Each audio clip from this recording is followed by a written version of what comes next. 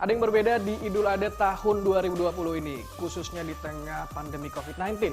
Salah satunya proses penyembelihan kurban yang harus ikutin protokol kesehatan. Nah, teman-teman gimana? Ada rencana kurban tahun ini? Kita akan bahas lengkapnya di Korek Today. Waktunya kita korek-korek.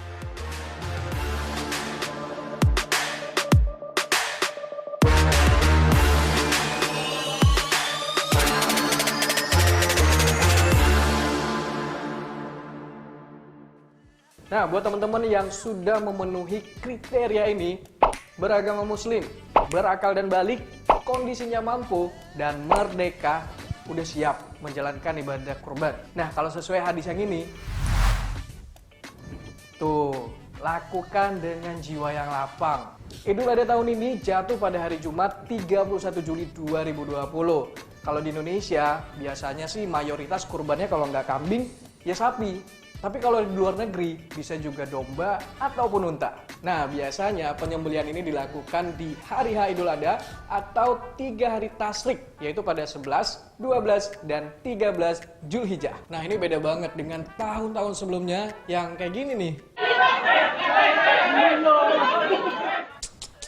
Nah, tapi tahun ini kita udah nggak bisa kayak gitu lagi. Karena kita harus ikutin protokol kesehatan. Nah, sesuai dengan protokol kesehatan yang dikeluarkan oleh Kementan RI, paling enggak pemotongan kurban harus dilakukan di rumah potong rumah lansia. Atau kalaupun di tempat yang udah ditentukan oleh pihak masjid ataupun panitia, paling enggak harus ikutin protokol kesehatan. Pertama, pastikan tetap jaga physical distancing. Panitia juga jumlahnya harus dibatasi. Nah, yang kedua, perhatikan juga kehigienisan personal.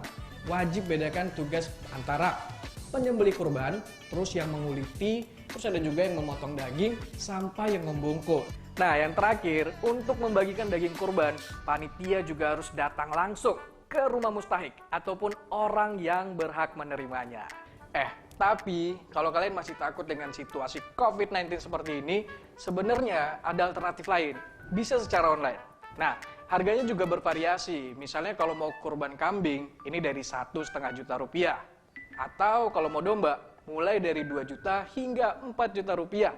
Tapi kalau mau sapi juga bisa. Ini kisarannya dari 11 sampai 20 juta rupiah. Tapi kalau kemahalan, bisa juga bagi-bagi sama teman. Dibagi 7, sekitar per orangnya hanya 2 juta rupiah. Kalau secara online, kurban dari kalian ini bisa disalurkan dalam bentuk lain. Misalnya yang dilakukan Izi, mereka mengkonversinya menjadi daging olahan. Misalnya abon, karena dipercaya bisa bertahan lebih lama bahkan sampai 6 bulan. Nah, dengan demikian, kurban dari kalian bisa disalurkan sampai ke pelosok negeri. Selamat ibadah kurban buat teman-teman yang menjalankan. Semoga tetap tertanam di dalam hati dan jiwa yang ikhlas.